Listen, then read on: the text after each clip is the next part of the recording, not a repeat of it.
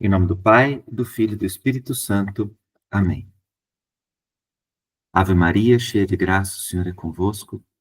Bendita sois vós entre as mulheres e bendito é o fruto do vosso ventre, Jesus. Santa Maria, Mãe de Deus, rogai por nós, pecadores, agora e na hora de nossa morte. Amém. Vinde, Espírito Santo, enchei os corações dos vossos fiéis e acendei neles o fogo do vosso amor. Enviai vosso Espírito e tudo será criado e renovareis a face da terra. Oremos. Ó Deus, que instruíste os corações dos vossos fiéis com a luz do Espírito Santo, fazer que apreciemos retamente todas as coisas segundo o mesmo Espírito e gozemos sempre da sua consolação. Por Cristo, Senhor nosso. Amém. Em nome do Pai, do Filho e do Espírito Santo. Amém. Então, do Tratado da Verdadeira Devoção à Santíssima Virgem. Número 113.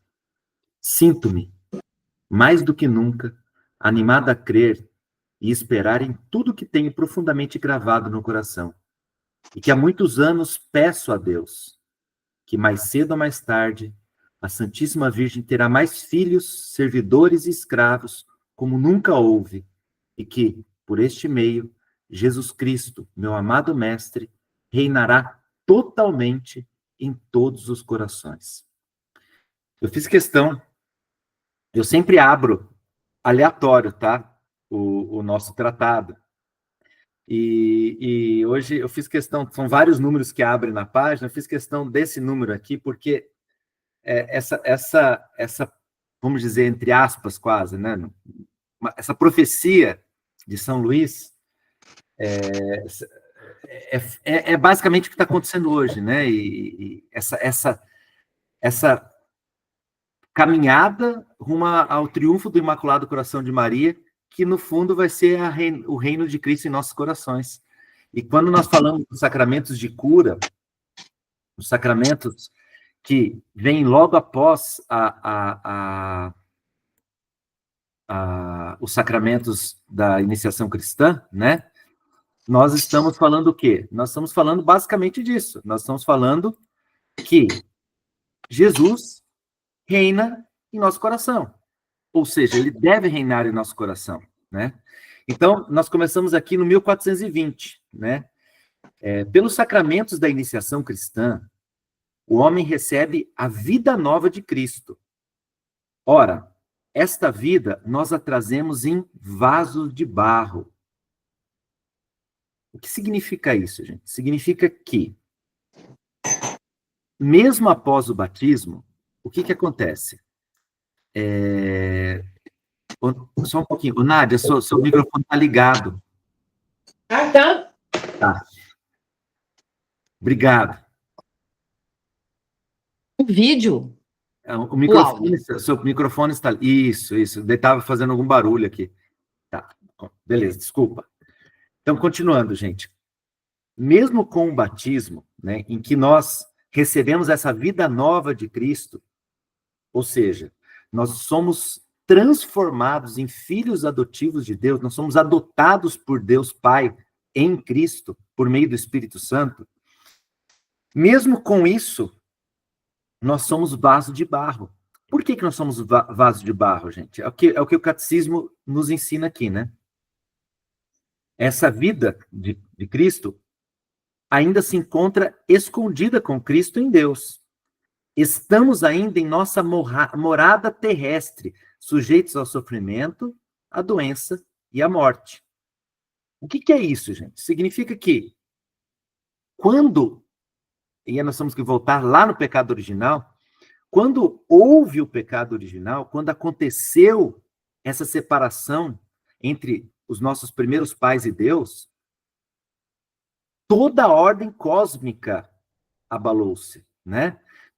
Não só a vida do homem, mas como toda a criação, como toda a criação. E eu sempre gosto de voltar para o capítulo 8 de Romanos, né, onde São Paulo ele nos diz o seguinte, é um texto maravilhoso isso aqui, né?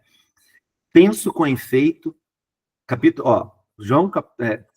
Carta aos Romanos, capítulo 8, a partir do versículo 18, né? Penso com efeito que os sofrimentos do tempo presente não têm proporção com a glória que deverá revelar-se em nós. É o que está dizendo aqui, né, no catecismo.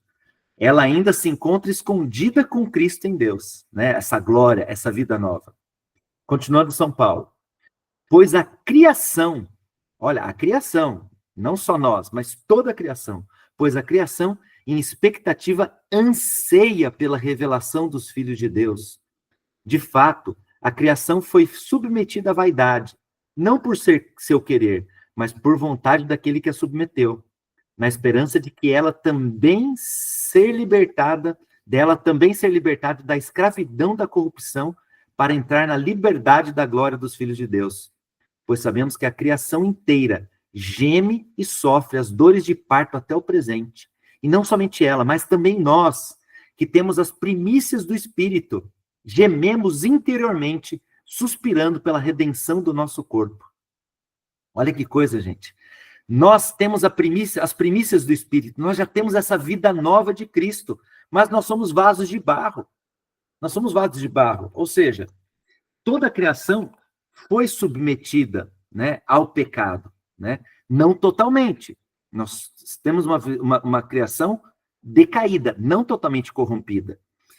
Isso, mesmo com o nosso batismo, isso é uma semente, é o início daquela glória que vai se manifestar com a segunda vinda de Cristo. Guardem isso, tá? Isso é essencial da nossa fé, porque nós, católicos, não acreditamos num paraíso terrestre feito por mãos humanas. Desculpe. Nós, católicos, cristãos, acreditamos que novos céus e nova terra serão feitos por quem? Pelo Senhor na sua segunda vinda, não é? E aí sim nós temos a redenção de nosso corpo. Então, até lá, nós vivemos com vasos de barros, como vasos de barros, que, como diz o catecismo, né? Esta nova vida de filhos de Deus pode se tornar debilitada ou até perdida pelo pecado. Então, vejam bem, tá? Quando nós somos batizados, nós somos novas criaturas. Somos novas criaturas, filhos adotivos de Deus, temos dentro de nós a inabitação de Deus, né? O Espírito Santo vem morar dentro de nós, juntamente com a Trindade, é óbvio, né? E a partir daí, nós temos uma vida terrestre, em vasos de barro. Essa vida terrestre, que é uma vida de combate espiritual, como diz São Paulo, no capítulo 6 da carta aos Efésios. É um combate espiritual. É um combate não contra homens de carne e sangue, mas contra potestades, contra os espíritos malignos. E isso, gente, faz com que essa vida seja uma vida de provas. Seja uma vida em que a concupiscência, que é nada mais, nada menos do que aquela inclinação ao pecado, vá fazendo com que nós tenhamos essa luta. Não só contra os espíritos malignos, mas também contra o mundo e contra nós mesmos, contra a carne, né? Então, o demônio, o mundo e a carne são os nossos inimigos. Por que são os nossos inimigos? Porque essas inclinações, a inclinação da concupiscência, que é atacada por esses inimigos, né? O diabo, o mundo e a carne. Não que a carne seja ruim. Quando a gente fala de carne aqui, nós não estamos falando que o nosso corpo é ruim. Nós estamos falando das inclinações egoístas do nosso corpo, da nossa carne, da nossa vida, tá? Eu acho que vocês entenderam isso, né? Tudo que Deus criou é muito bom, tá? Foi decaído, não por obra de Deus, mas por obra do pecado, tá certo? Então, essa vida nova de Cristo, de Deus em nós, ela pode ser debilitada pelo pecado. E pode ser até perdida pelo pecado. Quando nós pecamos mortalmente, essa vida nova de Cristo é perdida. Por isso, gente, diz o 1421, por isso que o Senhor Jesus Cristo, né, médico de nossas almas e de nossos corpos, prestem atenção, médico de nossas almas, grifem almas, e de nossos corpos, grifem corpos, porque muitas vezes E essa uma mania nossa, né? Não está errado, tá? Não está errado. Mas muitas vezes a gente fala assim, nós estamos aqui para salvar nossas almas, né? Para salvar nossas almas. Não, não é para salvar somente as nossas almas. Como eu acabei de ler na carta de São Paulo aos Romanos, nós estamos aqui para que todo o nosso ser seja redimido. E o nosso ser é formado de corpo e alma, não só de alma, né? Então, aqui, o catecismo ele é preciso. Por isso que eu pedi para grifar almas e pedi para grifar corpos. Por quê? Porque Jesus é o médico das nossas almas e dos nossos corpos, que remiu os pecados do paralítico e restituiu-lhe a saúde do corpo. Então, vejam, gente, aqui, retomando a cura de Jesus, o paralítico, né, que os amigos dele descem do teto da casa, e Jesus, em primeiro lugar, faz o quê? Os teus pecados estão perdoados. E aí os fariseus começam a pensar assim, mas como esse homem perdoa os pecados que só Deus pode perdoar? E aí Jesus, lendo o coração desses fariseus, fala, para que vocês saibam que o Filho do Homem também tem o poder de perdoar os pecados, eu falo para ele, toma sua cama, levanta e anda. Ou seja, Jesus cura o homem todo. Percebem, gente? Isso é muito importante. É muito importante. Então, Jesus quis que sua igreja continuasse na força do Espírito Santo, a igreja continuasse na força do Espírito Santo, sua obra de cura e de salvação. Também junto de seus próprios membros. É esta a finalidade dos dois sacramentos de cura, o sacramento da penitência e o sacramento da unção dos enfermos. Lembrem-se que quando nós falamos da igreja, nós estamos falando da continuidade da encarnação de nosso Senhor Jesus Cristo. Nós estamos falando do corpo de Cristo. Nós, igreja, somos a continuidade da encarnação de Cristo. Portanto, Jesus, quando subiu aos céus, ele deu à sua igreja, pela força do Espírito Santo, o poder da cura e da salvação.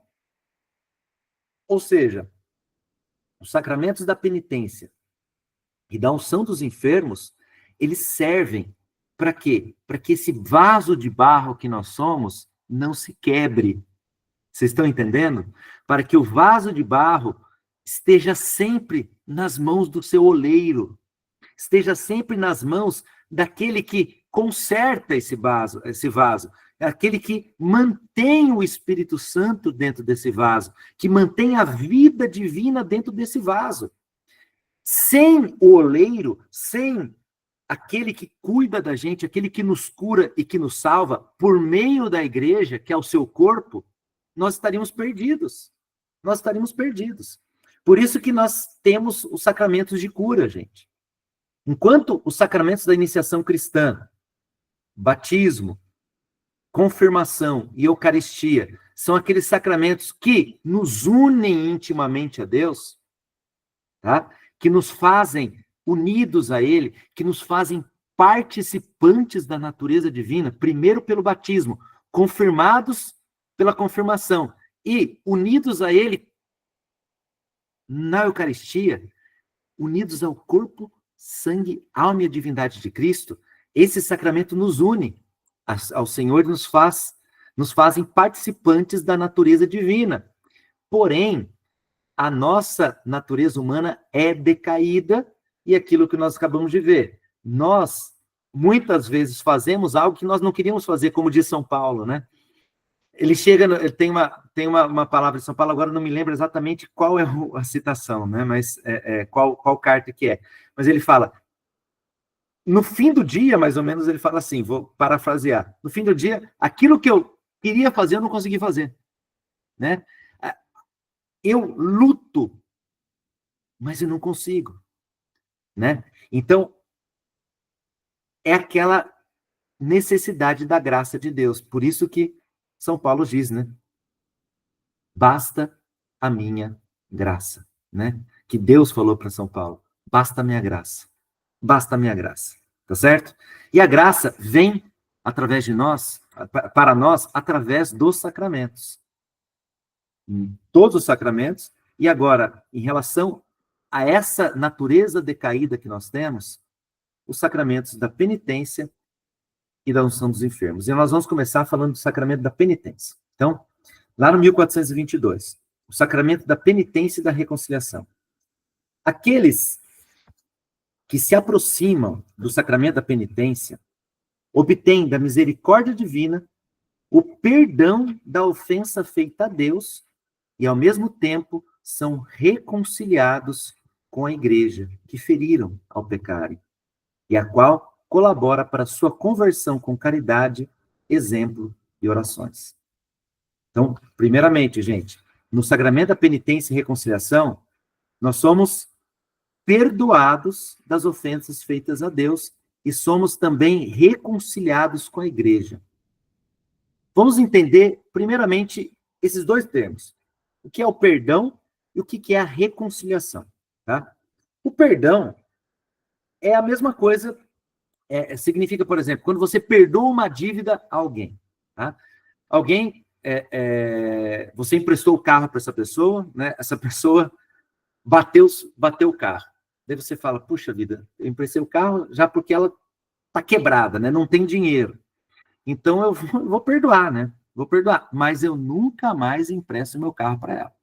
Você perdoou, mas nunca mais empresta seu carro para ela. Quando há a reconciliação é o quê? Além do perdão, nós temos o quê? A restituição da amizade. A restituição da relação que foi perdida pela falta, né? Então, a pessoa bateu meu carro, eu perdoei ela e ela fez algo que nós falamos assim, nossa, realmente ela fez algo errado. Porém, eu vou dar uma segunda chance para ela e vou até mesmo emprestar o carro novamente. Eu me reconciliei com ela. Tá? Então, há essa pequena diferença assim, entre perdão e reconciliação. Então, o sacramento da penitência, claro, ele nos perdoa as ofensas feitas a Deus e nos reconcilia com Deus também, é óbvio, tá? Mas nós, quando pecamos, lembra que eu falei para vocês, em aulas anteriores, que o pecado, no original, né, na língua original da Bíblia, né, nós temos o hebraico e temos o grego, né, o pecado significa errar o alvo. É nós colocarmos os nossos valores, a nossa predileção em coisas, pessoas que não são Deus. Tirar o nosso foco de Deus. Nós sabemos que o primeiro mandamento da lei de Deus é amar a Deus sobre todas as coisas, né? Então, nós tiramos o foco de Deus e focamos em outras coisas, por isso pecamos, né? Erramos o alvo. E no sacramento da penitência, né, e da reconciliação, nós somos perdoados das ofensas feitas a Deus, desde que, né, nós vamos falar mais adiante isso, mas desde que nós tenhamos um firme propósito de não mais pecar. Por isso que o padre muitas vezes nos pede para fazer o quê? Para rezarmos o ato de contrição, né? Nós temos o propósito, nós fazemos o propósito de não mais pecar. Isso é um dos requisitos para o perdão de Deus, né? Vamos lá, eu fiz tal pecado, cometi tal pecado, mas eu vou lá pecar porque eu vou participar de uma missa em seguida, eu quero comungar, então eu vou pedir perdão dos meus pecados, eu comungo e depois eu volto a praticar aquele perdão de novo. Se você tem esse tipo de atitude, se nós temos esse tipo de atitude e de pensamento, nós não somos perdoados. Tá? O sacramento da penitência, ele não é efetivo, simplesmente uma forma, algo externo. E nós temos a reconciliação com a igreja. Gente, olha que interessante. Por que nós somos reconciliados com a igreja? Primeiramente, gente, isso é muito importante. Todo pecado, absolutamente todo pecado, ofende a todo o corpo de Deus, a todo o corpo de Cristo, a toda a igreja. Pode ser o pecado mais privado.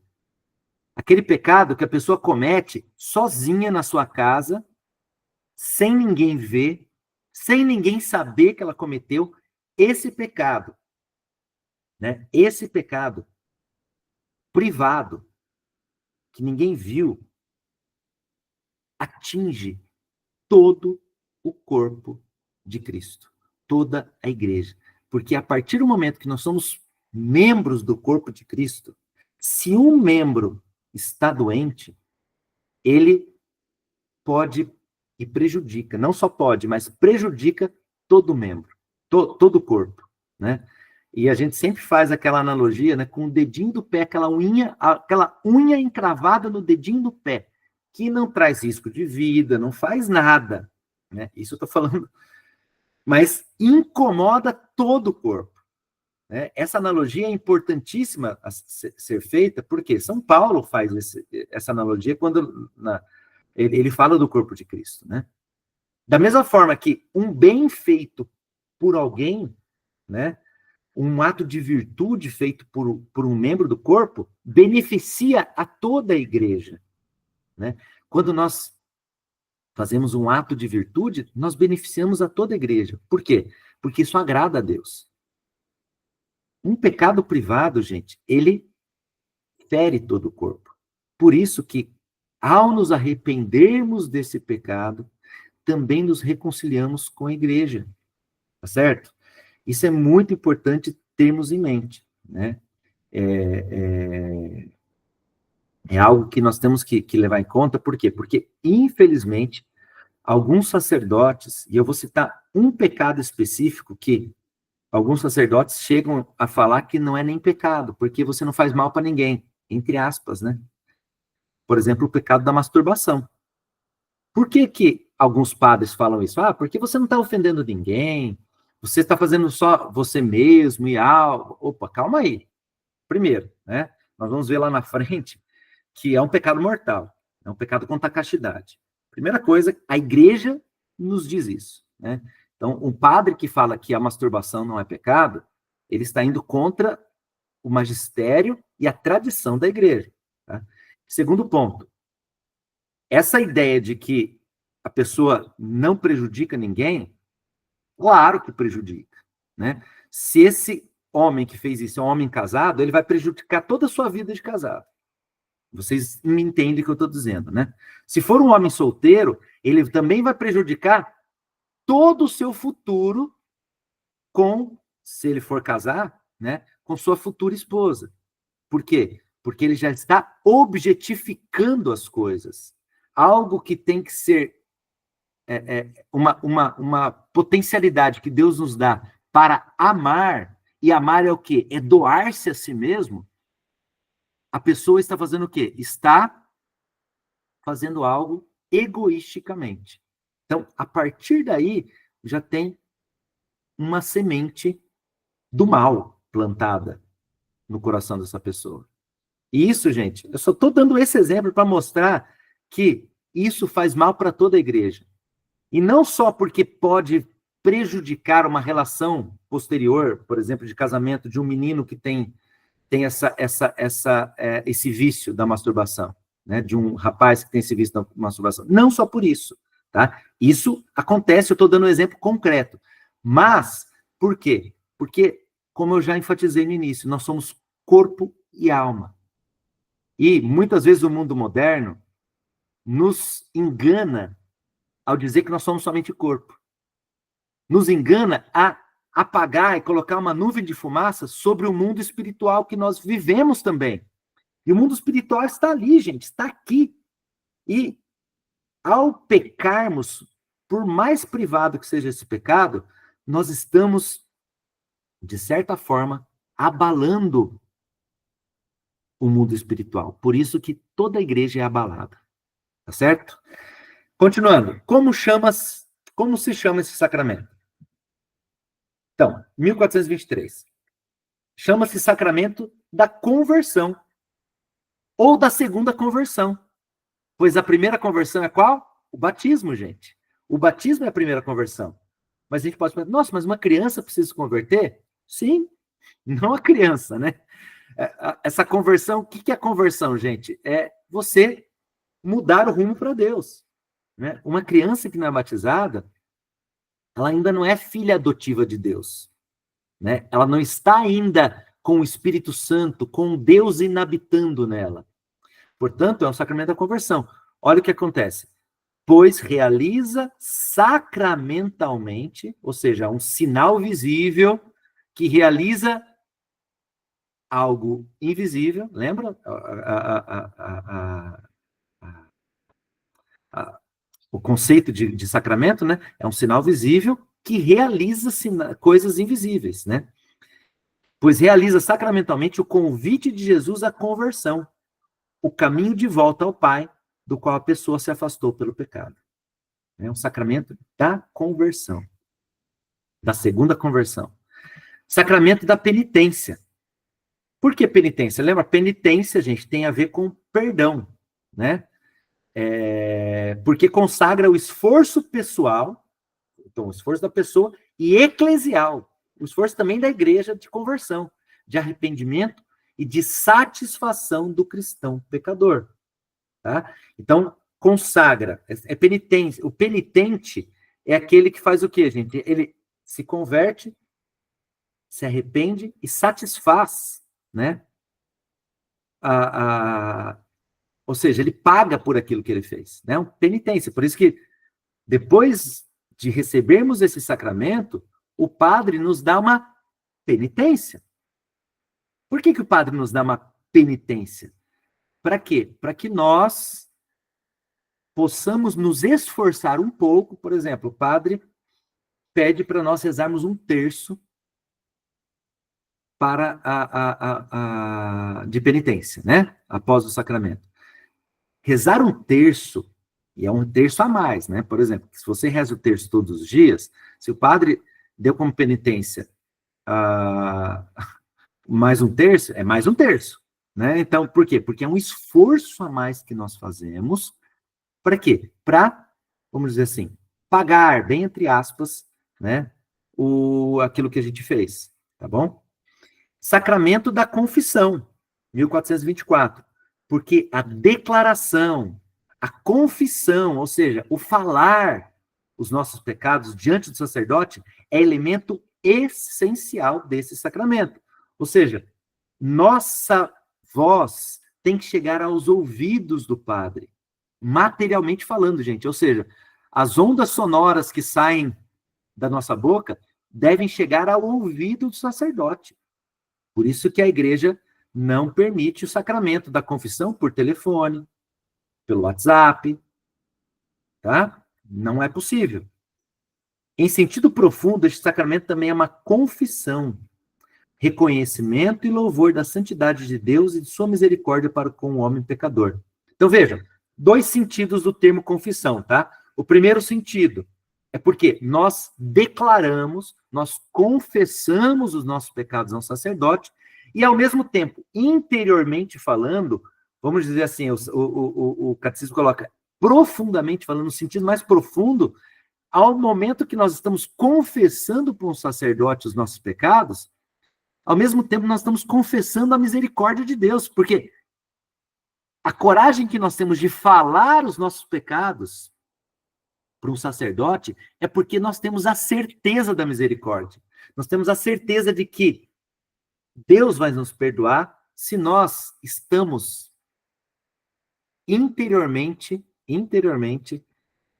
convictos de que nós não mais, ou não é que não mais faremos, porque geralmente nós temos aquele pecado, vamos dizer, de estimação, né?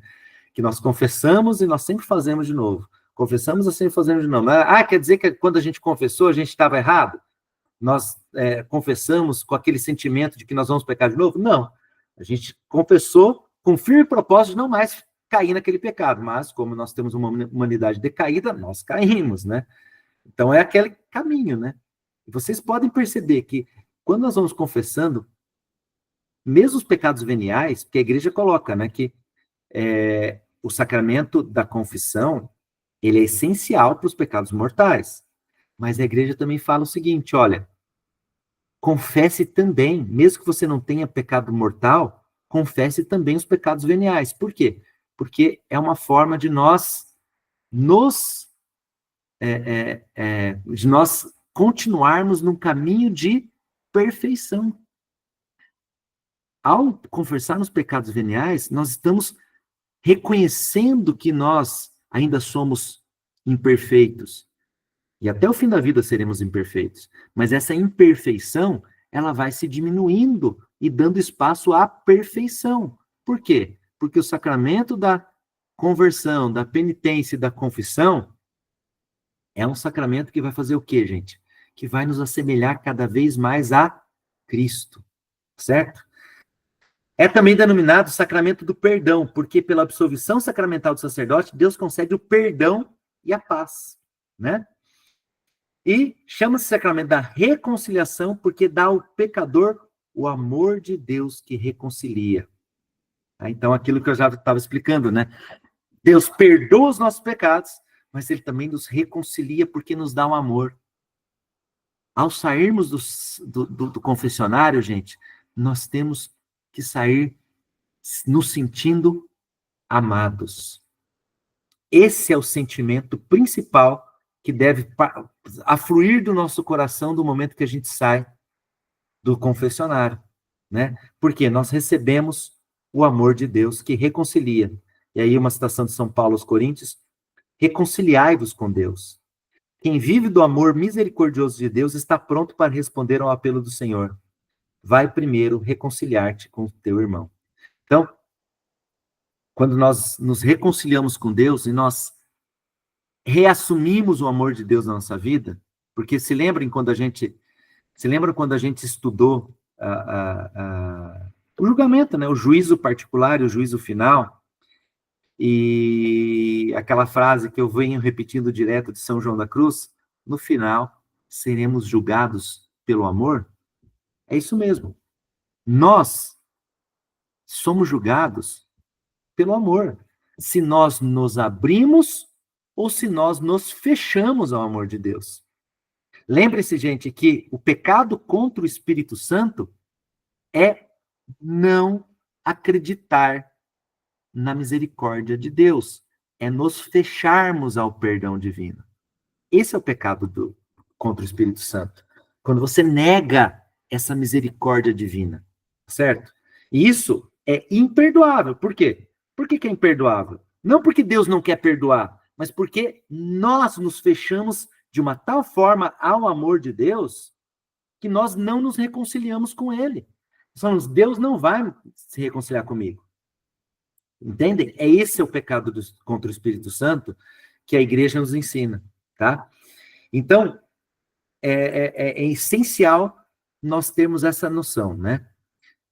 Que Deus vai nos fazer sentir que somos amados após recebermos a absolvição do sacerdote, tá bom? E por que um sacramento de reconciliação após o batismo? Porque, gente, lembrem, né? O batismo apaga todas as nossas culpas, apaga todo o nosso pecado, né?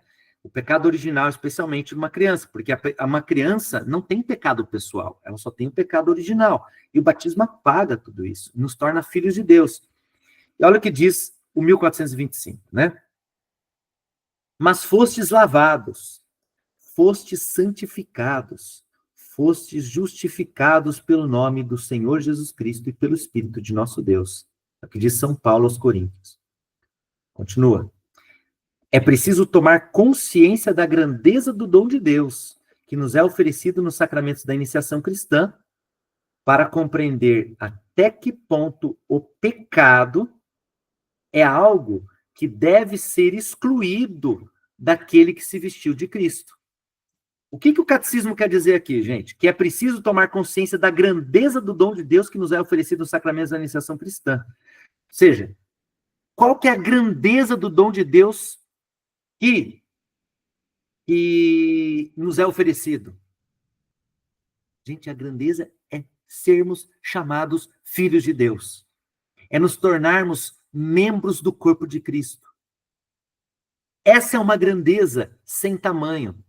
Nossa natureza é modificada. Gente, nós somos corpo e alma. Ao nascermos, nós ainda não somos filhos de Deus em Cristo. Nós somos filhos do homem. Com o batismo, nós somos filhos de Deus. É uma grandeza. Nós nos tornamos participantes da natureza divina que o pecado original fez a humanidade deixar de participar. Portanto, essa grandeza é muito grande.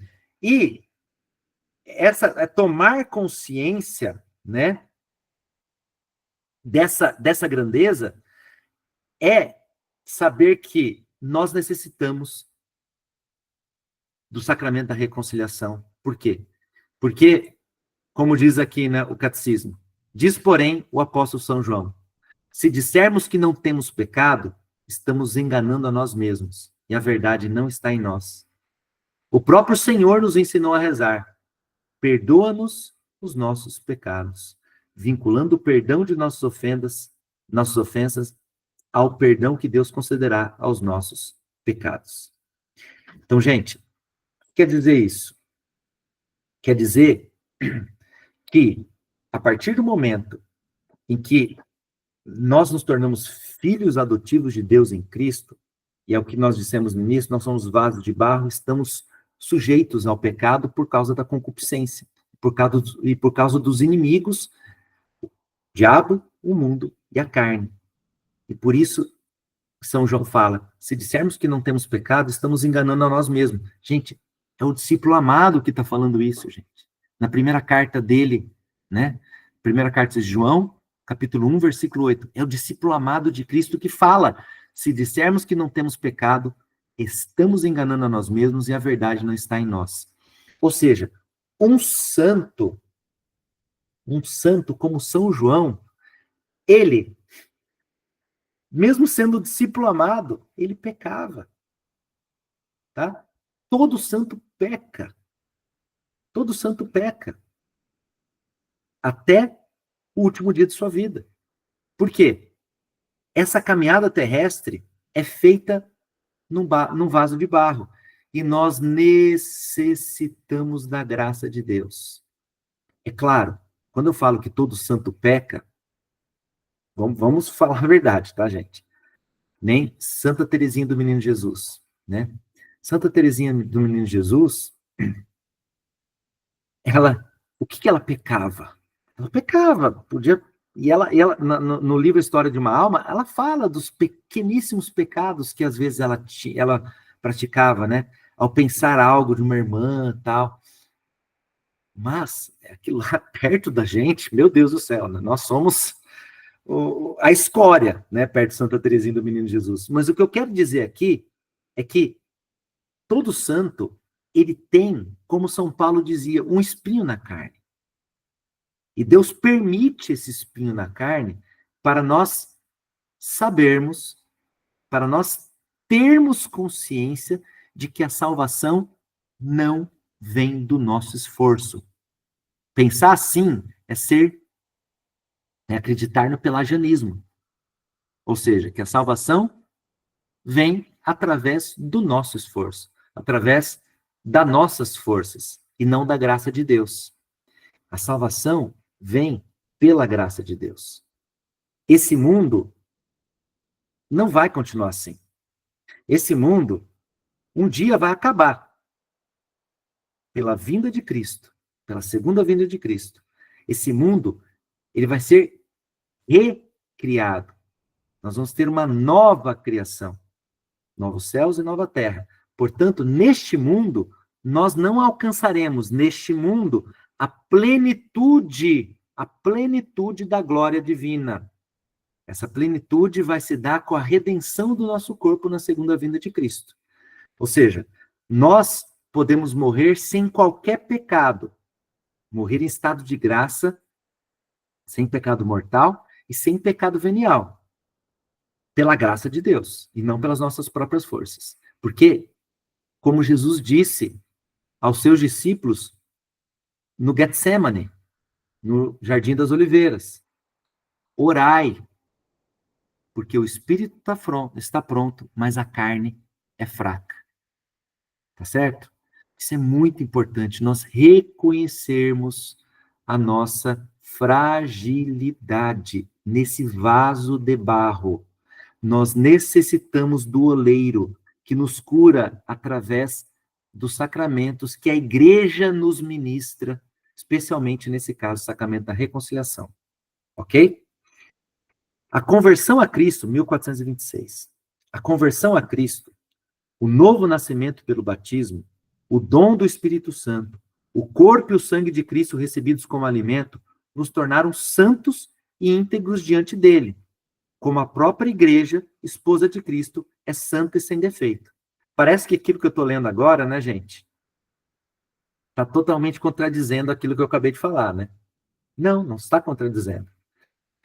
É aquilo que o catecismo diz aqui, que nós somos santos. São Paulo chamava os cristãos de santos. Isso por quê? Porque Deus mora em nós. Porque nós já somos participantes dessa natureza. Mas São Paulo mesmo diz, por enquanto, nós vemos como no espelho. Nós vemos borrado. Nós não vemos toda a glória. Por isso que o catecismo continua em 1426.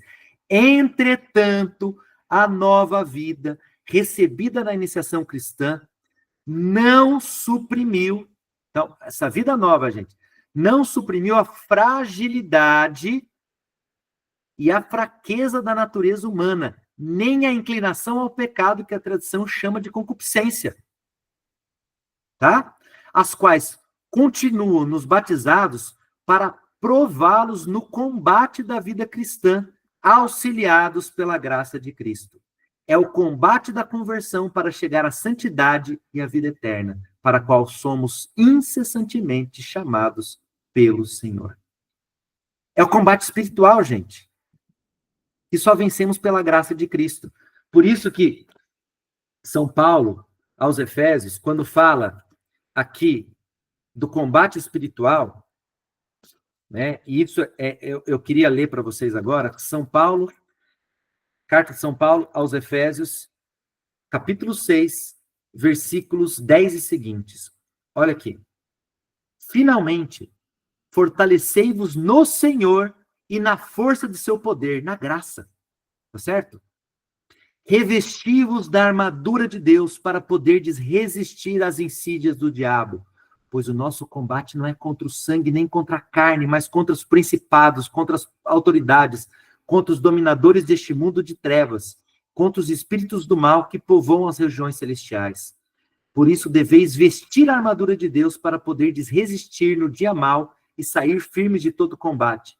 Portanto, ponde-vos de pé e cingi os vossos rins com a verdade e revesti-vos da couraça da justiça e calçai os vossos pés com a preparação do evangelho da paz, empunhando sempre o escudo da fé, com o qual podereis extinguir os dardos inflamados do maligno, e tomai o capacete da salvação e a espada do Espírito, que é a palavra de Deus. Vejam, gente, nós somos frágeis e nós precisamos da armadura de Deus. Quando São Paulo aqui, não se confundam, tá, gente? Que não é contra o sangue nem contra a carne, tá? Nosso combate não é contra o sangue nem contra a carne. E aí eu falei, nossa, mas o Vitor falou e a igreja fala, né? Que nós temos os inimigos, o corpo, o diabo, o mundo e a carne. Eu já expliquei já antes. Quando São Paulo aqui fala de carne, está falando do nosso corpo criado por Deus, que é bom, tá? Nós não lutamos contra o nosso corpo, que é bom. Nós lutamos contra a carne. E a carne inimiga tem que ser entendida como aquela parte nossa que é egoísta.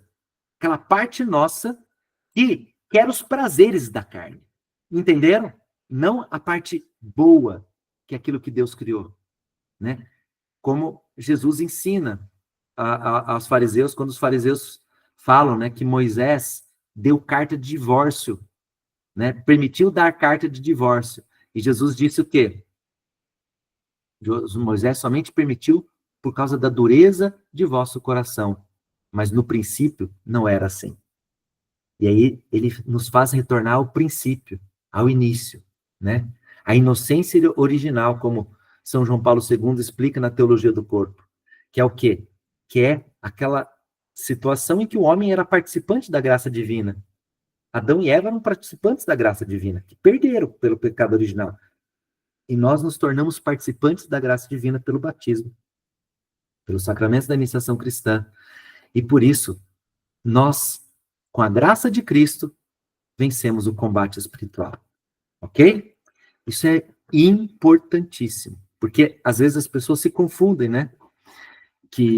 Infelizmente, alguns irmãos evangélicos pensam isso, né? Porque foram batizados, então já são salvos. E não é assim. Não é assim. Continuando. A conversão dos batizados. Olha o que o catecismo coloca, gente. A conversão dos batizados. O que significa isso? Jesus convida a conversão. Este apelo é parte essencial do anúncio do reino. Completou-se o tempo e o reino de Deus está próximo. Convertei-vos e crede na boa nova. Na pregação da igreja, este apelo é feito, em primeiro lugar, aos que ainda não conhecem a Cristo e o seu evangelho. O batismo é o principal e fundamental, é o principal lugar da primeira e fundamental conversão. Então, o batismo é o lugar da primeira e fundamental conversão. Então, o batismo, ele vem pela primeira conversão. É pela fé na boa nova e pelo batismo que se renuncia ao mal e se adquire a salvação. Isto é, a remissão de todos os pecados e o dom da nova vida. Gente, nós já falamos disso, mas é interessante falar que no início da igreja, né, os catecúmenos, que eram aqueles que estavam se preparando para receber os sacramentos da iniciação cristã, né, eles deixavam o batismo por final da vida. Né? Olha que arriscado, né? Constantino, imperador romano que se converteu ao cristianismo, deixou para se batizar no final da vida. Por quê? Porque o batismo perdoa todos os nossos pecados e todas as penas do pecado. Quem é batizado e morre logo em seguida, vai direto para o céu. Vai direto para o céu. Né? Então, eles deixavam para o final, né? Mas acontece o seguinte, nós não podemos fazer isso, né? Nós não somos, né? Nós somos todos batizados já, e por isso nós precisamos do quê? Da nossa segunda conversão. É o que diz aqui o 1428. O apelo de Cristo à conversão continua a ressoar na vida dos cristãos. Esta segunda conversão é uma tarefa ininterrupta para toda a igreja. Gente, por que é ininterrupta? Porque nós somos vasos de barro, inclinados ao pecado pela concupiscência, tá? Que reúnem-se, é uma tarefa ininterrupta para toda a igreja, que reúne em seu próprio seio os pecadores. Então, a igreja é santa e composta de pecadores, tá? Nós não podemos falar a igreja é santa e pecadora, tá? Porque a igreja é o corpo de Cristo, então o corpo de Cristo não peca. A igreja é santa e reúne em seu próprio seio os pecadores. Ela é santa em si mesma. Olha o que diz o catecismo. Ela é santa em si mesma e sempre necessitada de purificação, busca sem cessar a penitência e a renovação. A igreja é santa, mas é composta de pecadores. Este esforço de conversão não é apenas obra humana, é um movimento do coração contrito, atraído e movido pela graça a responder ao amor misericordioso de Deus que nos amou primeiro. Gente, a conversão sempre é fruto da graça divina. É sempre um sopro do Espírito Santo. Isso nós temos que ter muito claro para a gente. Porque, infelizmente, nós temos cristãos, inclusive alguns padres, que colocam muita ênfase na nossa, como se diz, na nossa força. Ah, porque vocês têm que parar de pecar dessa maneira. Claro, não estou falando que... Não me entendam mal. Nós temos que parar de pecar, sim. Isso merece um esforço da nossa parte? Sim. Como Jesus disse, o reino dos céus é para os violentos. Nós temos que fazer violência contra nós mesmos. Mas fazer violência contra nós mesmos para pararmos de pecar, o que é fazer violência contra nós mesmos? Não estou falando que a gente tem que se martirizar. Não é isso que eu estou dizendo. Muito embora muitos santos faziam isso, não é o momento da gente falar disso, tá? Mas muitos santos faziam isso, tá? Por razões muito específicas de cada santo, de autoflagelação, essas coisas. Não vem ao caso isso, não é isso que eu estou dizendo. Fazer violência contra si mesmo, por exemplo, eu vou dar um exemplo muito simples que dá para entender muito bem isso, tá? Por exemplo, você acabou de comer uma pratada de macarrão maravilhosa e tá aquela panela de macarrão na sua frente, com bastante macarrão ainda, dá para todo mundo. Você já se saciou com aquele prato de macarrão, é maravilhoso. Mas você sabe que se você comer mais um prato de macarrão, você está caindo no pecado da gula. Aí você faz violência contra si mesmo. Eu não vou comer esse outro prato. Vocês já fizeram isso? Eu já fiz isso. É um sofrimento grandíssimo. É uma pequena morte. Tá? Não é exagero. Tá? É uma pequena morte. Você morre para aquela vontade. Isso é violência contra si mesmo. Mas nós só conseguimos fazer isso por meio da graça.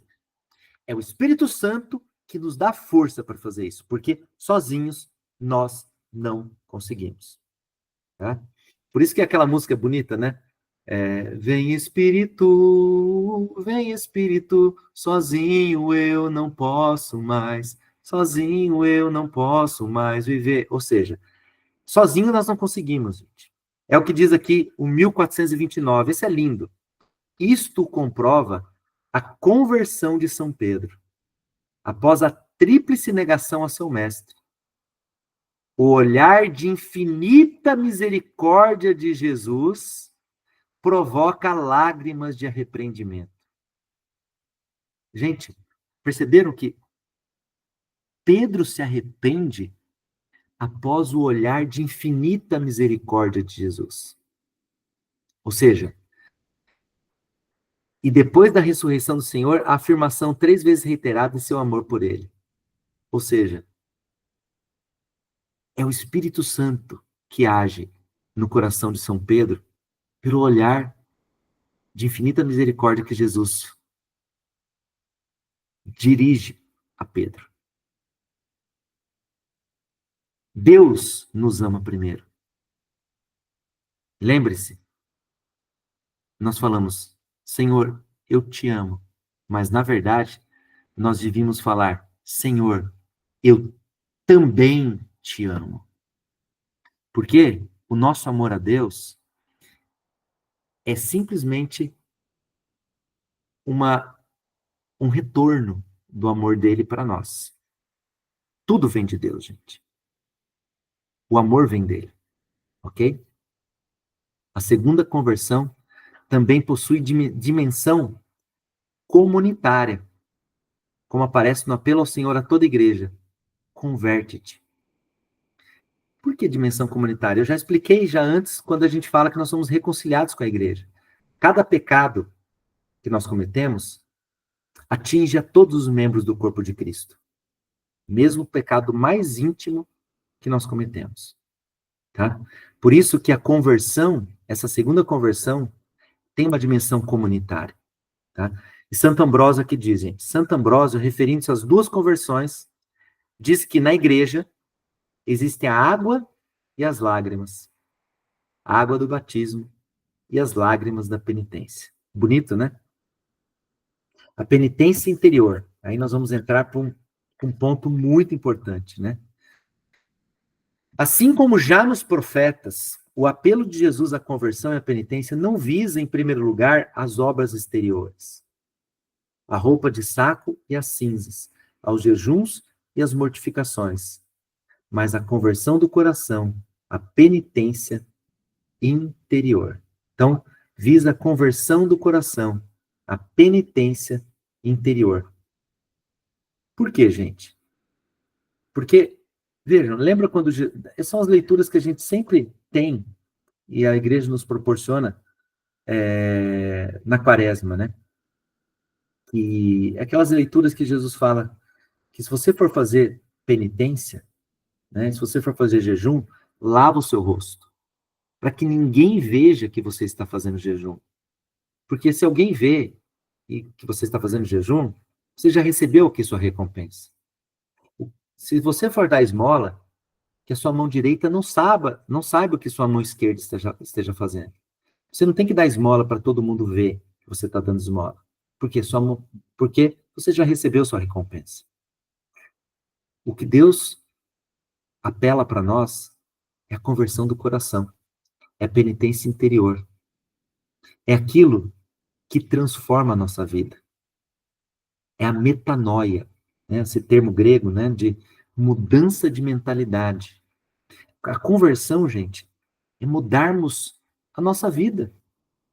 É mudarmos a nossa vida.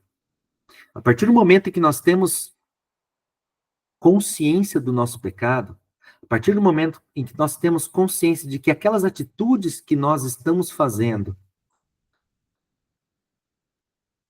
nos tornam inimigos de Deus, aquelas atitudes, elas ferem o amor de Deus por nós, né? Ferem o coração de Deus. O que acontece? Nós temos que mudar a nossa mentalidade, mudar a nossa vida, converter o nosso coração. Fazemos uma penitência interior. E essa penitência interior é o quê? É falarmos, Senhor, eu me comprometo, eu faço todo um propósito de não mais pecar, de não mais errar o alvo. E isso, gente, vai nos impulsionar a sinais visíveis, gestos e obras de penitência, tá? Vai nos impulsionar a sinais visíveis, gestos e obras de penitência. Por quê? Olha aqui. Sem essa penitência interior, 1430, as obras de penitência continuam estéreis e enganadoras. Então, a pessoa que fica, se faz assim, nossa, eu não vou fazer isso porque eu estou com penitência, eu estou fazendo uma penitência disso e tal. Eu não vou comer isso que vocês estão comendo porque eu estou fazendo uma penitência. Gente, essa pessoa já recebeu sua recompensa. Mas os sinais visíveis da penitência, né? A conversão interior, diz o catecismo, ao contrário, impulsiona a expressar essa atitude por sinais visíveis, gestos e obras de penitência. Ou seja, essa nossa conversão interior, conversão do coração, nos leva a amar mais, nos leva a ter gestos e obras que vai converter outras pessoas. Porque, vamos cá entre nós, né, gente? Uma pessoa que fica com cara de triste. Estou fazendo uma penitência. Eu não vou comer isso aqui, porque é sexta-feira. E faz isso assim, mostrando para todo mundo. Quem que vai se converter? Diferente é aquela pessoa que muda o coração e faz uma obra, por exemplo, mesmo uma penitência, sem falar nada para ninguém. Mas a pessoa percebe que ela está fazendo algo, fala, nossa, ela faz algo e é feliz ao fazer isso. Ela faz algo e é feliz. Tem um sorriso no rosto, a alegria é estampada nela. Porque, pessoal, o fruto do amor de Deus é a alegria. É por isso que aquela carta apostólica do Papa Francisco, né, Evangelium Gaudium, né, a alegria do Evangelho. O amor de Deus nos torna alegres, nos torna felizes. Isso converte. E aí, nós vamos fazer penitência, nós vamos fazer isso não para se aparecer, não para nos aparecermos perante os outros, mas porque nós estamos fazendo e nos tornamos alegres com isso, tá certo? 1431. A penitência interior, né, é a reorientação radical de toda a vida. Retorno, conversão para Deus de todo o nosso coração. Ruptura com o pecado, aversão ao mal, repugnância às más obras que cometemos. Vejam, gente, isso é conversão interior. Conversão para Deus, né? Nós temos uma aversão ao mal, nós temos ódio do pecado. e não ódio ao pecador. Muitas vezes, isso é um problema para nós, né? Porque aí nós vamos estar pecando. Muitas vezes nós começamos a ter ódio do pecador, né? Por causa do pecado do pecador. Nós temos que ter ódio ao pecado e não ódio ao pecador, gente. Porque Jesus pediu para nós rezarmos pelos nossos inimigos, mesmo aqueles que são inimigos da nossa fé. Eles são inimigos da nossa fé porque eles são escravos do demônio. Por isso que nós temos que amá-los. Por isso que Jesus, no momento da sua morte, ele disse: Pai, perdoa-os, porque eles não sabem o que fazem. Por isso que Santo Estevão, ao ser martirizado, lá nos Atos dos Apóstolos, diz a mesma coisa. Perdoai, Senhor, porque eles não sabem o que fazem. Nós temos que ter ódio do pecado e não do pecador, né? Ao mesmo tempo, 1431, é o desejo e a resolução de mudar de vida, com a esperança da misericórdia divina e a confiança na ajuda de sua graça. Ao mesmo tempo que nós temos ódio ao pecado que nós sempre cometemos, nós temos o quê, gente? Essa resolução de mudar de vida pela graça de Deus. É a graça de Deus que vem ao nosso socorro. Esta conversão do coração vem acompanhada de dor e tristeza salutares. Por quê, gente? Porque a partir do momento que nós pecamos, nós ofendemos a Deus. E isso tem que trazer uma dor e tristeza em nós, né? Como diz aqui os padres antigos, né? Os padres da igreja. É uma aflição do espírito, é um arrependimento do coração, tá? Então é isso que tem que acontecer, porque nós temos que amar a Deus acima de todas as coisas. E quando nós pecamos, nós temos que ter essa dor e tristeza, porque nós nos afastamos de Deus. Mas a graça é a nossa companheira, né? O coração do homem, diz o 1432, apresenta-se pesado e endurecido. Apresenta-se pesado e endurecido, né? É preciso que Deus dê ao homem um coração novo. E aqui, o catecismo cita o profeta Ezequiel, capítulo 36, versículos 26 e 27, onde o profeta profetiza, né? Que Deus diz assim: tirarei de vós um coração de pedra e colocarei nele, e colocarei em seu lugar um coração de carne. Né? Então, a conversão é, antes de tudo, gente, obra da graça de Deus, que reconduz nossos corações a Ele. Aí, uma citação das Lamentações: faze-nos voltar a ti, Senhor, e voltaremos. Deus nos dá a força de começar de novo. Ao descobrir a grandeza do amor de Deus, nosso coração experimenta o horror e o peso do pecado e começa a ter medo de ofender a Deus pelo mesmo pecado e de ser separado dele. O coração humano converte-se olhando para aquele que foi traspassado por nossos pecados. E aí uma citação de São Clemente de Roma, né? Fixemos nossos olhos no sangue de Cristo, a fim de compreender como ele é precioso a seu Pai, porque derramado para a nossa salvação, dispensou ao mundo inteiro a graça do arrependimento. Então, gente, olhando para a cruz de Cristo, como o Senhor fala para Nicodemos lá no Evangelho de João, né? Da mesma forma que Moisés levantou a serpente no deserto, o Filho do Homem será elevado para que todos os que olhem para ele sejam salvos, né? Porque ao olharmos para a cruz de Cristo, nós vemos o preço que foi pago para a nossa salvação. E ao olharmos para a cruz de Cristo, deve brotar de nós o arrependimento. A graça do arrependimento que vem por meio da cruz de Cristo, e o Espírito Santo vem brotar essa graça de nós. Por quê? Porque é Deus que nos dá a graça do arrependimento, tá bom? 1433. Depois da Páscoa, né? Depois da Páscoa de Cristo, né? Depois da paixão, morte, ressurreição e ascensão do Senhor, é o Espírito Santo que persuade o mundo sobre o pecado. Gente, o que significa isso? Significa que nós temos que pedir para o Espírito Santo nos inspirar a descobrir quais são os nossos pecados. Porque, gente, muitas vezes nós pensamos que somos santinhos. Nós nos convencemos que, nossa, olha, aquele lá faz tanta coisa errada. É o evangelho de hoje, né? Muitas vezes nós olhamos o cisco que está no olho do outro e nós não olhamos a trave, o pedaço de galho que está no nosso olho. Por quê? Porque nós nos achamos bonzinhos, santinhos.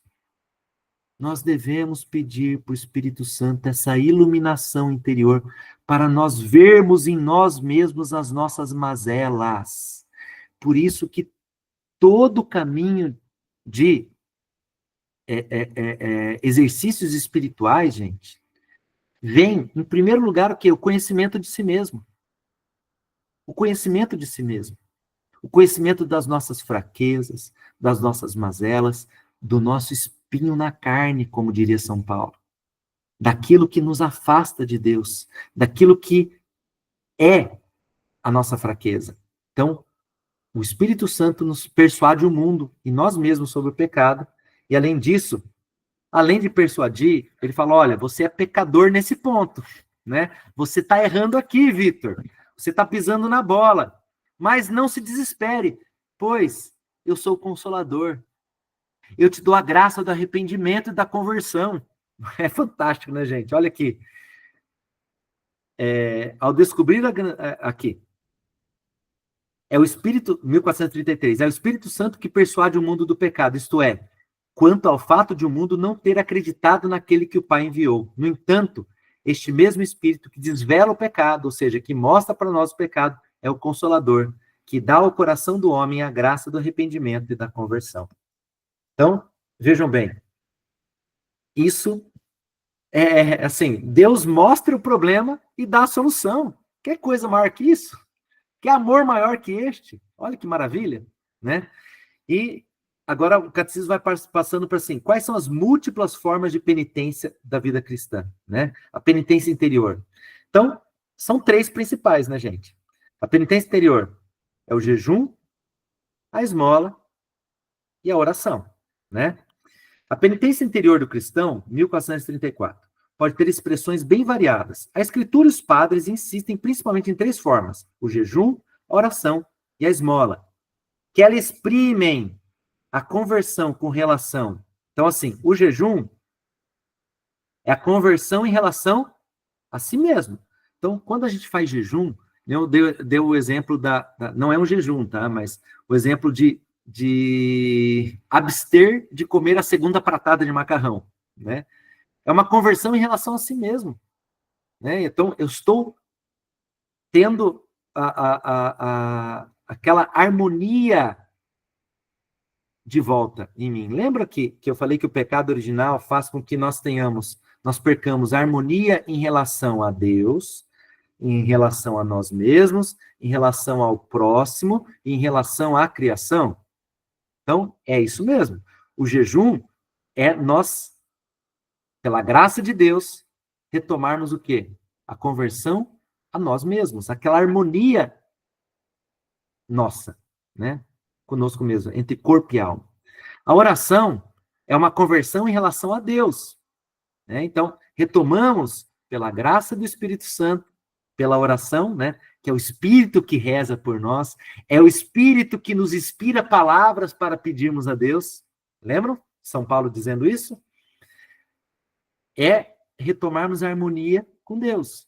E a esmola é retomarmos a harmonia com os próximos e com a própria criação, né? Aos outros. Ok? Em paralelo à purificação radical operada pelo batismo ou pelo martírio, citam como meio de obter o perdão dos pecados os esforços empreendidos para reconciliar-se com o próximo, as lágrimas de penitência, a preocupação com a salvação do próximo, a intercessão dos santos, a prática da caridade, que cobre uma multidão de pecados. 1435. A conversão se realiza na vida cotidiana. Nós somos vasos de barro que precisamos a todo momento dizer sim ao amor de Deus, tá? E dizer sim ao amor de Deus é tomar a cruz. É tomar a cruz. Continuamos aqui, 1435. A conversão se realiza na vida cotidiana por meio de gestos de reconciliação, do cuidado com os pobres, do exercício e da defesa da justiça e do direito, pela confissão das faltas aos irmãos, pela correção fraterna, pela revisão de vida, pelo exame de consciência, pela direção espiritual, pela aceitação dos sofrimentos, pela firmeza na perseguição por causa da justiça. Todas essas atitudes são atitudes de conversão da vida cotidiana, do dia a dia. É tomar sua cruz, como diz o catecismo. Tomar sua cruz. Cada dia, seguir a Jesus é o caminho mais seguro de penitência. Tá? Então, esse tomar a cruz, esse abrir-se ao amor de Deus, porque ao nos abrirmos ao amor de Deus, Deus nos dará a graça de amar o próximo. Deus nos dará a graça de mudar de vida. Porque ao nos abrirmos ao amor de Deus, nós que já somos participantes da graça divina, nos tornamos cada vez mais íntimos de Deus. Nós cada vez mais morremos para nós mesmos e deixamos Cristo viver em nós. Porque não sou mais eu que vivo, é Cristo que vive em mim. Eu falo isso toda a aula, como diz São Paulo, né? É isso, gente. Então, a igreja nos dá toda uma estrutura da nossa conversão, né? A Eucaristia e a penitência. O que é a Eucaristia, gente? A Eucaristia é fonte e alimento para a conversão e penitência. Olha o que diz aqui o 1436. A conversão e a penitência cotidiana encontram sua fonte e seu alimento na Eucaristia, pois nela se torna presente o sacrifício de Cristo que nos reconciliou com Deus. Pessoal, quando, no momento do ofertório, na missa, nós, como membros do corpo de Cristo, oferecemos tudo que somos, que vai ser oferecido juntamente com o pão e o vinho, que vão se tornar corpo e sangue de Cristo pelas mãos do sacerdote, né? Então vejam, é o mesmo sacrifício, tá? É um só sacrifício que é renovado no momento da missa. Nós oferecemos de uma maneira e o sacerdote, porque nós oferecemos como corpos de Cristo, e o sacerdote oferece como Cristo cabeça, né? Nós oferecemos tudo isso. E tudo isso é transformado, né, por Deus. É transformado por Deus, porque é oferecido a Deus e Deus redime tudo isso, tá? Porque na missa nós tomamos posse da redenção. Todas as vezes que participamos da missa. Todas as vezes participando da missa, nós vamos sendo santificados cada vez mais, tá? Por ela são nutridos e fortificados aqueles que vivem da vida de Cristo. Ela é o antídoto, olha o que diz aqui, ela é o antídoto que nos liberta de nossas faltas cotidianas e nos preserva dos pecados mortais. Então, todas as vezes que nós participamos do santo sacrifício da missa, ou nos oferecendo, né, nos oferecendo, e o sacrifício é renovado ao Pai, isso é um antídoto que nos liberta das nossas faltas cotidianas, nos preserva dos pecados mortais. Ou seja, os pecados veniais, nós somos libertados dos pecados veniais e somos preservados dos pecados mortais. Tá bom? O que mais aqui, gente? Todo ato sincero de culto, e aqui o 1437 vai falar da leitura da Sagrada Escritura, da oração da liturgia das horas, a oração do Pai Nosso.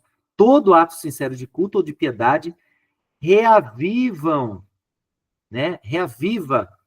em nós o espírito de conversão e de penitência e contribui para o perdão dos pecados. Então, todas as vezes que nós nos dedicamos às orações, né, à leitura da Sagrada Escritura, ou seja, nós ouvimos a palavra de Deus, essa palavra de Deus vai nos transformando pela graça, né?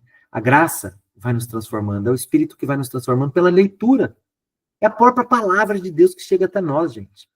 A oração da liturgia das horas tem aquele aplicativo, né? O iLiturgia, ou quem tem o livrinho do breviário. São leituras, principalmente dos salmos, né? Que vão reavivar o espírito de conversão, de penitência, tá? A oração do Pai Nosso, né? Todas as vezes que nós falamos, perdoai as nossas ofensas, assim como nós perdoamos a quem nos tem ofendido. Gente, isso é o quê?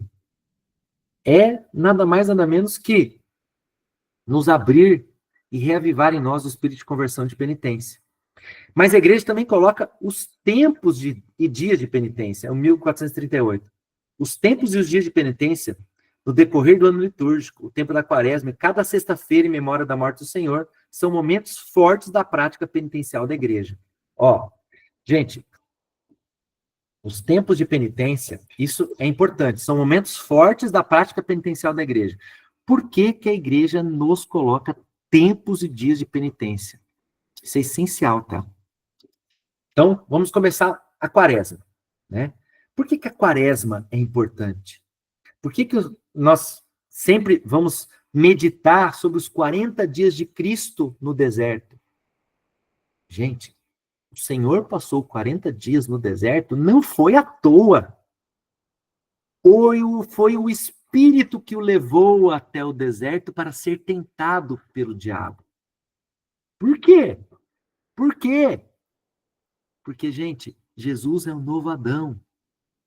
Como o primeiro Adão foi tentado e desobedeceu, Jesus teve de passar por todos os caminhos que o primeiro Adão passou para poder vencer o diabo. Então, esses 40 dias de penitência, não é que penitência, né? Que Jesus fez, né? De abstinência de comida e de água no deserto, foi para ele poder vencer o diabo. Coisa que o primeiro Adão não fez, né? E nós, nos unindo a Cristo, fazemos penitência, por quê? Para podermos vencer o diabo, para podermos vencer a carne, essa parte ruim. A carne, não o nosso corpo, tá? Mas a carne, eu já expliquei. Esse nosso egoísmo. E para podermos vencer o mundo. Essa penitência, esse tempo é colocado pela igreja com muita sabedoria, porque nós somos vasos de barro. Nós somos seres humanos decaídos. Não totalmente corrompidos, mas decaídos. Nós temos a concupiscência que nos inclina ao pecado. Por isso, nós temos que fazer violência a nós mesmos. E essas práticas penitenciais somente vão surtir frutos quando são feitas de dentro para fora, interiormente. A penitência interior que leva a gestos exteriores. E não de fora para dentro. Não vestimos uma capa. Nossa, eu estou fazendo penitência de chocolate. Eu estou fazendo penitência disso, para mostrar para os outros que está fazendo penitência. Não. E vir do interior significa que é fruto da graça. Nós não somos pelagianos, gente. Nós não acreditamos na nossa própria força. Essa violência que nós fazemos a nós mesmos, essa é uma violência que é feita como fruto da graça. Porque nós nos vestimos da armadura de Deus. É só assim que nós podemos vencer. A armadura de Deus é a força que vem de Deus. De Deus. Ok? Por isso que a quaresma é importante. Por que é importante nós fazermos penitência na quaresma? Por causa disso. Porque nós estamos vencendo o diabo, o mundo e a carne. Pelas nossas forças? Não. Nós estamos deixando que Deus vença o diabo, vença a carne e vença o mundo. Nós estamos permitindo que a graça de Deus haja em nós. Entendem? E por que toda sexta-feira é feita em memória da morte do Senhor? Por que a igreja nos pede abstinência de carne nas sextas-feiras? Ou há uma comutação aqui no Brasil, né? E aqui o catecismo ele vai citar os cânones 1249 a 1253 do Código de Direito Canônico. Eu sugiro que vocês leiam lá no Código de Direito Canônico, Busque no Google, tá, gente? É fácil. Vai cair no site do Vaticano, vai abrir o PDF do Código de Direito Canônico. E o Código de Direito Canônico, eu vou ler somente o cânone 1259, 1251, que fala da abstinência da carne, porque esse é um tema que é polêmico, né? Ó, guarde-se a abstinência de carne ou de outro alimento, segundo as determinações da Conferência Episcopal, no caso nossa CNBB, todas as sextas-feiras do ano, a não ser que coincidam com algum dia numerado entre as solenidades. Ou seja, se houver uma solenidade numa sexta-feira, nós não vamos guardar abstinência, tá? A abstinência é o jejum da quarta-feira de cinzas, isso é, e da sexta-feira da paixão e morte do nosso Senhor Jesus Cristo, tá? Então vejam bem, aqui, segundo a CNBB, nós podemos comutar. Quer dizer, eu tenho um churrasco na sexta-feira. Eu não vou porque eu vou falar que eu não vou porque eu faço abstinência de carne na sexta-feira. Não faça isso, tá? Você pode ir e, sem ninguém perceber, você tentar não comer carne, não come carne, né? Mas é difícil, né? Se você vai no churrasco e não come carne, todo mundo vai perceber, né? Ou pode ir e fazer o quê? Fazer uma outra prática penitencial nesse dia. Porque, gente, é uma sexta-feira em memória da morte do Senhor. Então, nós fazemos o quê? Nós fazemos uma outra prática. Reza um terço a mais. Reza a via sacra, né? De forma de coração, né? E oferece isso. Une o seu pequeníssimo, pequeníssimo, ínfimo, ínfimo, ínfimo, ínfimo sofrimento nesse momento, o seu tempo que você está dedicando para aquilo, oferece para Jesus, né? Em desagravo aos pecados cometidos ao coração dele, por aquele sofrimento que ele passou por nós na cruz, na sua paixão, oferece aquilo. Ou seja, nos lembremos, façamos memória da paixão de Cristo nas sextas-feiras, gente. Nós devemos retomar isso. Eu me incomodo muito quando as pessoas falam, sextou. Gente, sextou. Eu, particularmente, já falei muito disso já, tá? Mas eu, particularmente, não falo mais, tá? E não julgo quem fala, tá, gente? Eu tô falando que me incomoda eu falar, né? Por que sextou? Sextou é sinônimo, vocês sabem muito disso, é sinônimo de vamos chutar o balde. Podemos comer de tudo, podemos fazer de tudo, podemos beber de tudo. Por isso que o pessoal fala sextou. Ou não é isso? Claro que é isso. Por isso que me incomoda. Porque as sextas-feiras são dias que fazemos memória da paixão de Cristo. Não é um dia, claro, de ficarmos tristes, ficarmos cabisbaixos. Gente, como eu já falei, o cristão é alegre porque o Senhor ressuscitou, né? Mas é um dia que nós fazemos memória. Fazemos memória não é ficar triste. Quando a gente fala da tristeza que nós temos pelo nosso pecado, aí sim, nós temos que ficar triste, nós temos que ter uma dor interior. Aí nós temos que ficar cabisbaixos mesmo. Por quê? Nós nos colocamos, nós pecamos, nós nos afastamos, nós viramos as costas para o amor de Deus. Aí nós temos que ficar tristes sim.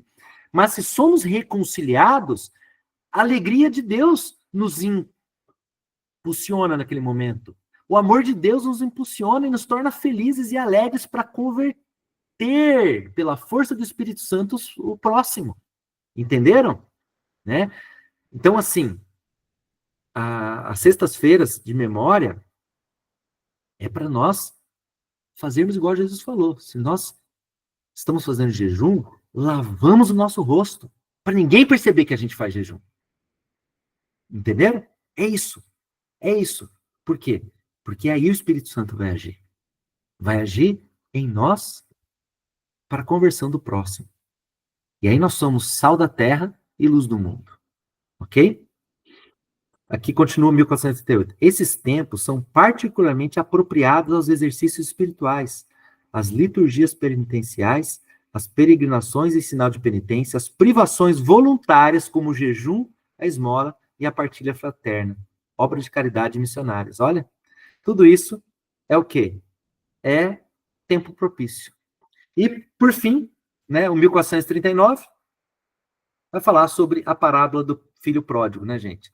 O dinamismo da conversão e da penitência. Então, eu não vou ler aqui agora, né, porque o nosso tempo está indo, mas leiam depois o 1439 e leiam a parábola do filho pródigo. Por quê? Porque mostra quem nós somos. Nós somos o filho pródigo. Nós somos aquele que se afasta do amor de Deus, mas sabe que sozinho não consegue a sua felicidade e sempre volta para o abraço do Pai. Mas também temos que nos lembrar que nós não podemos nos sentir como o filho mais velho, né? Que é aquele que não entende o amor do Pai para com aquele que voltou. Jesus aqui estava falando dos fariseus, né? Que não aceitavam que Jesus vivia no meio dos publicanos e pecadores. Porque o Senhor veio não para aqueles que não precisam da salvação, né? Mas para todos, aqueles que estão perdidos. E somos todos nós. Somos todos nós, né? Todos nós precisamos do amor de Deus. E com isso, eu encerro nosso encontro de hoje, tá, gente? Agradeço imensamente a paciência de vocês, né? Eu vou encerrar a gravação aqui.